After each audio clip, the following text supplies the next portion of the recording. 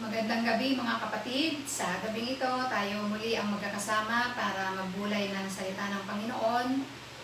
Kaya salamat sa Diyos, malaya pa rin tayo na nagagawa ito. Sige po, bago tayo magpatuloy sa pag-aaral, tayo po muna ay manalangin. Amang banal, Diyos na makapangyarihan, nagpapasalamat kami na sa gabing ito, malaya kami, Panginoon, na makakapagbulay ng iyong mga salita. Ang dalangin namin, Panginoon, na ikaw po ang malayang magpahayag sa bawat sa amin mula sa iyong mga salita na aming pong pag-aaralan. Tulungan mo po ako na maipahayag ko ito ng buong linaw. Gayun din para sa aking mga kapatid na nakikinig, ikaw po ang lubos na magpapaunawa nito. Salamat po, O God. Ito po ang aming dalangin sa pangalan namin Panginoong Yesus. Amen. Ang ating pag-aaralan, ang pamagat po ay Follower of Christ. Ang text na ating pag-aaralan ay makikita sa Mark chapter 8 verse 34. Mark 8 verse 34. Sabi dito, when he had called the people to himself with his disciples also, he said to them, whoever desires to come after me, let him deny himself and take up his cross daily and follow me. Ang layunin po natin, ang objective po dito sa ating pong pag-aaralan, to know how to become follower of Christ. Ano po ang nakapaloob dito sa sinabi na ito ni Jesus? Dito, kung babasahin natin yung sa unahan pang mga verses, ang sinasabi ni Jesus dito ay ang patungkol sa kanyang malapit na kamatayan na magaganap sa kanya. Ipinahayag niya dito sa mga tao kasama yung mga disciples na siya ay makakaranas ng mga paghihirap, ganun din ng mga pag-uusig mula sa mga matatanda ng bayan, sa mga eskriba, sa mga saserdote na kung saan mga pinuno ng relihiyosong grupo. At sinabi niya na siya ay mamamatay. At sinabi niya rin na sa ikatlong araw, siya ay mabubuhay mabuli. Isa si Pedro sa naroon na nakikinig. At siya ay nagpahayag na siya ay, hindi niya lubos na maintindihan yung sinasabi ni Jesus. Kaya nga pinagsabihan niya si Jesus na hindi dapat mangyari sa kanya yon. Pero ano ang ginawa ni Jesus? Sinaway siya. At mababasa natin doon, sinabihan pa nga siyang Satanas. Ang ibig sabihin po noon, yung sinasabi kasi ni Pedro ay hindi sa Diyos. Ang sinasabi niya, kaisipang pangtao. Na yung kalooban ng Diyos, pinipigilan niya. Kasi hindi pwedeng hindi maganap yung kanyang pagdadaanan. Kaya dito, after na sinaway ni Jesus si Pedro, nagpahayag ang Panginoon doon sa mga taong naroon, ganoon din sa mga disciples. At ang sinabi niya ay ang patungkol sa pagsunod. Sino yung mga gustong talagang sumunod sa Kanya? At ito yung ating pag-aaralan ngayon. Ang tanong, ano nga ba ang dapat gawin para maging tagasunod ng Panginoong Yesus? How to become follower of Christ? Kaya dito sa ating pag-aaralan, dalawa lang yung puntos nating pag-aaralan. Dito sa aking binasa, yung sinabi dito ni Jesus na, whosoever desires to come after me, let him deny himself. Kaya yung una, deny himself and follow me. Yung pangalawa, whosoever desires to come after me, take up his cross daily and follow me. Kaya dito lang iikot yung ating pag-aaral. Kaya yung una, ito yung sinabi ni Jesus. Whosoever desires to come after me, let him deny himself. Dito sa ipinahayag ni Jesus, siya mismo ang halimbawa. Kumbaga siya yung buhay na halimbawa sa kanyang sinabi na deny himself.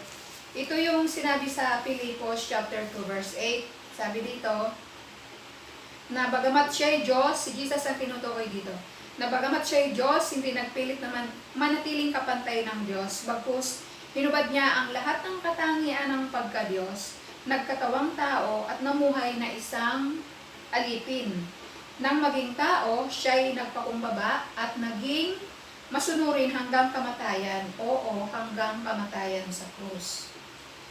Kaya dito, si Jesus, He denied Himself nang siya'y bumaba dito sa lupa. Namuhay siya na katulad ng isang ordinaryong tao. At sa huling yugto ng kanyang buhay, yun nga, yung sinasabi niya dito na siya ay dadaan sa mga paghihirap, dumaan siya sa matinding mga paghihirap, mga pag-uusig, at sa dulo, kamatayan sa pamamagitan ng pagpako sa krus. Isinantabi niya na siya ay isang hari sa langit, siya ay isang hari, siya ay Diyos. Doon sa langit, siya ay pinaglilingkuran ng mga anghel. Pero isinantabi niya yon. Kumbaga, siya talaga ang kalimbawa ng pag-deny ng kanyang sarili. At dito sa lupa, nung siya ay malapit ng mamatay, nag-struggle din siya sa kanyang sarili. Bago siya hulihin, nanalangin siya noon doon sa bundok. At ang sabi niya sa Ama, sabi niya, Ama, kung maaari, alisin mo sa akin ang saro ng paghihirap na ito. Subalit, hindi ang kalooban ko ang masunod, kundi ang kalooban mo. Ibig sabihin, sa kanyang sinabi, nag-struggle din siya na alam niya kung ano ang hirap na dadanasin niya. Pero dininay niya yung kanyang sarili na hindi kailangan siyang masunod, kundi ang kalooban ng Ama. Kailangan pagdaanan niya yon. Kaya dito ipinakita ni Jesus na mas mahalaga sa kanya ang masunod ang kalooban ng Ama kaysa yung kanyang sarili. At ito rin ang nais niyang gawin natin bilang mga follower niya. Sabi niya, whosoever desires to come after me, let him deny himself. Kaya tayo bilang mga Kristiyano, nung tanggapin po natin si Jesus bilang Panginoon, kinonfess na natin na dininay na natin yung ating sarili. Sinabi natin doon na nung sabihin na natin na gusto natin siyang maging Panginoon ng ating buhay, ang ibig sabihin nun, siya no yung masusunod sa ating sarili. Kung ano ang gusto ni Jesus, yun ang gagawin natin.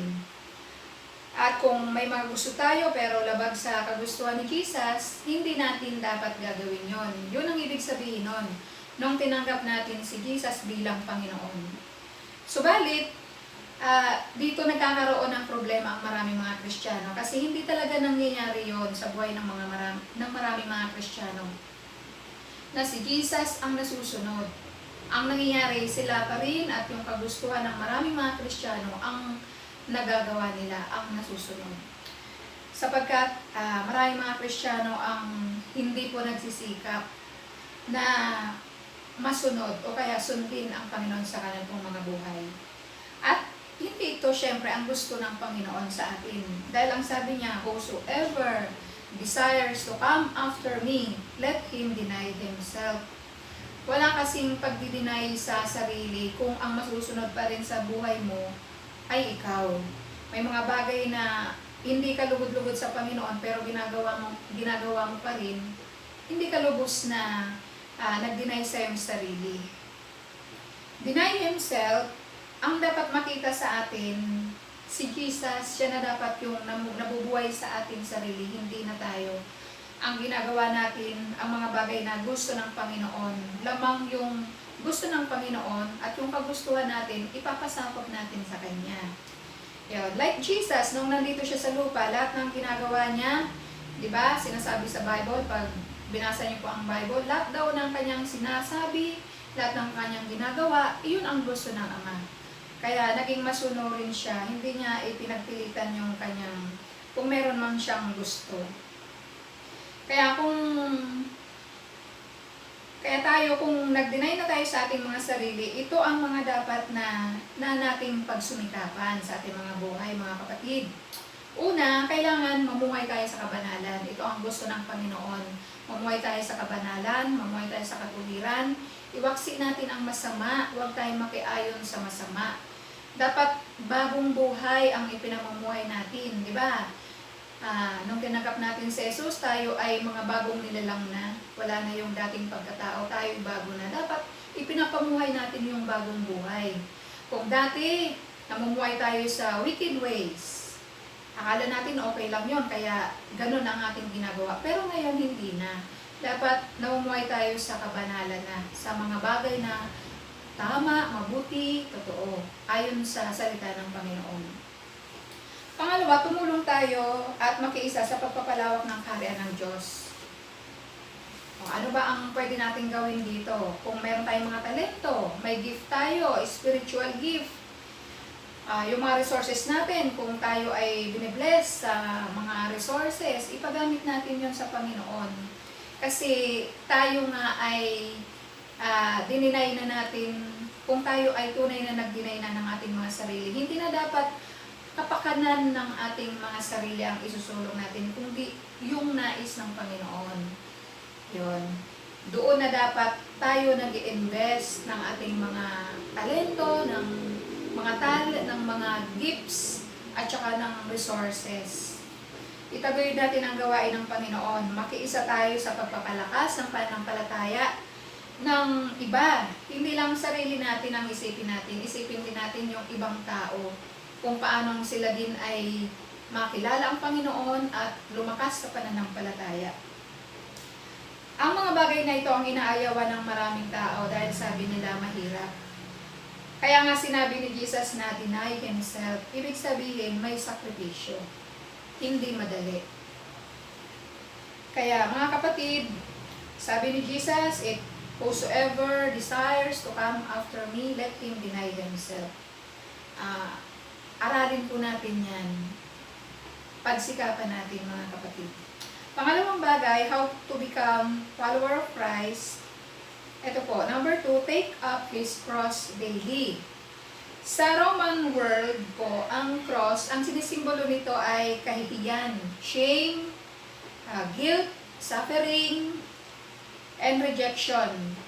Sa time nila, noong panahon nila, kapag naparusahan ka sa pamamagitan ng pagpako sa krus, isa kang masamang tao. Ikinahiya ka ng community at itinatakwil ka. Like Jesus, itinuring na masama, di ba? Kasi ipinako siya sa krus. Kaya nung siya ay nakatulan ng ganon, anong ginawa sa kanya ng mga tao? Nililibak, pinag-uusig, dinuduraan, nireject, at sa sukdulan, pinako sa krus. Meaning, hindi madali ang pag-take up the cross daily. Mahirap talaga yon. Pero, ito ang requirement ni Jesus. Kung gusto nating sumunod sa Kanya. Sabi niya, whosoever desires to come after me, take up his cross daily. Daily po. Hindi once in a lifetime, kundi daily. Once in a life. Ang pagiging tagasunod ni Jesus ay gagawin natin araw-araw. Araw-araw, yun. Ang pagiging Kristiyano, araw-araw. Yun. Kung tayo ay namumuhay sa kabanalan at naninindigan sa katotohanan, may mga taong naiinis at nagagalit sa atin. Tayo ay iniiwasan. May epekto rin sa atin yun, di ba? Masakit. So, part yun ng pag-take natin ng cross, may suffering talaga. May pain tayo mararanasan. Kapag tayo ay nag-share ng Word of God, hindi tayo tinatanggap at ayaw tayong pakinggan, nire-reject tayo. Diba? Masakit din yun. Yun. Part yun ng natin, ng pag-take ng cross daily. May mga panahon na gagawan tayo ng masama, na minsan pa nga loved ones natin, o kaya ng ibang mga tao, sa hindi natin maintindihan, pero parang nagagalit sila sa atin. So, sa ganun, di ba, hindi tayo gumaganti. Ipinapaubaya natin sa Panginoon yun. Pag mga ganon, di ba, nasasaktan din tayo. Ibig sabihin nun, part yun ng pag-take up natin ng cross. Mga suffering, maraming mga suffering tayong mararanasan at wag na nating ipagtaka yun kasi yun nga ang kalakip nun. May mga suffering, di ba, ang simbolo ng cross ay mga suffering, rejection, shame, kahihiyan, ipapahiya tayo. Kung tayo ay sinasabi ni Jesus, kapag ikinahiya natin siya, ikakahiya rin niya tayo. Kaya kung hindi tayo maninindigan at maduduwag tayo, hindi natin tinitake yung cross. Kasi ayaw nating napapahiya. Dapat maintindihan natin na yun ang kalakip ng pagtitake ng cross ng Panginoon. Iba-iba ang maaari nating kaharapin sa buhay na may kaugnayan sa pagsunod sa Panginoon. Kailangan maging masunurin lang tayo, focus lang tayo, at huwag tayong manghinawa. Araw-araw, step by step, sanayin natin ang ating mga sarili sa buhay na ganito. Yung deny yourself, take up his cross daily, at tayo ay sasama naman ng Panginoon. Kaya tayo, mga kapatid, huwag tayo maging komportable sa mga buhay natin. Na yung kontento ka na sa pakikinig ng salita ng Diyos, mga pangangaral, parang kontento na tayo doon, pero walang action. Huwag tayong manatili sa ganon. Kundi ipamuhay po natin kung ano yung mga naririnig natin, kung ano yung ipanaunawa sa atin ng Panginoon, ipamuhay po natin yun. Kasi yun ang ibig sabihin nun, yung take up his cross daily, may gagawin talaga tayo. Hindi lang basta nakikinig lang. Sabi ni Jesus, whosoever desires to come after me, take up his cross and follow me. Sa panuntunan ng daigdig, hindi tayo ay nawawalan. Diba? Sinasabi ng mga tao na ano ba ang napapala mo dyan sa pagsunod sa Panginoon? Nag-spend ka ng time, nag-spend ka ng resources mo. Minsan yung iba pa nga, ipinagpapalit ang trabaho para maglingkod sa Panginoon. Ano ba ang napapala? Ano ba ang mapapala mo dyan? At ito ang sinasabi ni Jesus sa mga talagang magbibigay ng kanilang buhay sa Panginoon. Sabi sa Lucas chapter 9 verse 24, sabi ni Jesus, for whosoever desires to save his life will lose it. But whosoever lose his life for my sake will save it. Yan ang hindi naiintindihan ng maraming mga tao. Na kung ikaw nagbigay ka ng buhay sa Panginoon, may mga give up ka, nagtitiis ka alang-alang para masunod mga Panginoon, hindi ka mawawalan. Bagkus ano ang sabi ng Panginoon, ikaw pa ang magkakaroon ng buhay. Buhay dito sa lupa at buhay hanggang sa langit. So walang lugi mga kapatid. Pero may sacrifice talaga. Kaya nga, dalawang sacrifice ang kailangan natin pagdaanan. Deny ourselves and take up his cross daily. Kaya sa pagtatapos, para sa ating conclusion, it is a great privilege to become follower of Christ. Just remain in his ways. A follower must deny himself and take up his cross daily and follow him. Kaya mga kapatid, isang pribilehiyo na ikaw ay maging tagasunod ng Panginoong Hesus. Subalit, kailangan mo talagang gawin yung kaakibat ng mga tungkulin ng pagiging isang follower ni Jesus. And si Jesus, ina-assure tayo na hindi tayo mawawalan. Bagkus tayo pa ang magkakaroon ng buhay. Yung sinasabing buhay doon, hindi basta buhay yon. Ang pangako ni Jesus, buhay na ganap at kasiyasiya. Kung tayo ay naghahanap ng buhay na kasiyasiya sa pamamagitan ng mga bagay dito sa daigdig, wala pong gawa yon sa ibibigay ni Jesus sa atin kung tayo tunay na isusuko natin ang buhay sa Kanya. Kaya tayo mga kapatid, magpatuloy lang po tayo. Lalo na sa panahon natin ngayon, yung pananampalataya natin, patibayin natin, paghusayan natin yung pagsunod, sapagkat ito yung magbibigay sa atin ng buhay na dito natin mararanasan yung pangako ng Panginoong Hesus. Maglingkod tayo sa Kanya. Ano man ang mangyari, ang Panginoon sigurado, ang pagpapala niya, padadaluyin sa atin. Anumang bagay na tinahangad natin sa buhay, ipagkakaloob po yan ng Panginoon. Kaya, purihin ng Panginoon, pagpalain po tayong lahat. Maraming salamat po. God bless.